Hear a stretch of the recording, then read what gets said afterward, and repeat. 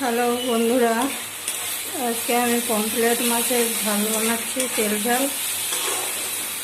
এতে দেওয়া আছে পেঁয়াজ, আদা, রসুন, লঙ্কা বাটা, টমেটো, সব রকমের মশলা দেওয়া আছে,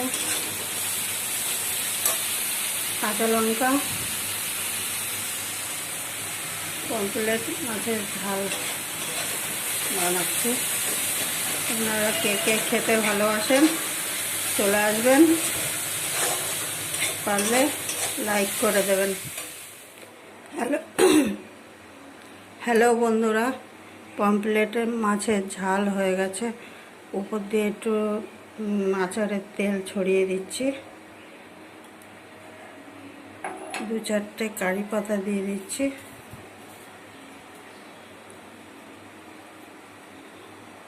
কারণ এটা পমফ্রেট মাছের যে একটা গন্ধ থাকে, পমফ্রেট মাছে একটু হালকা টক জাতীয় কিছু দিলে ভালো লাগে খেতে। কারি পাতা ছড়িয়ে দিলাম, একটু আচারের তেল দিয়ে দিলাম।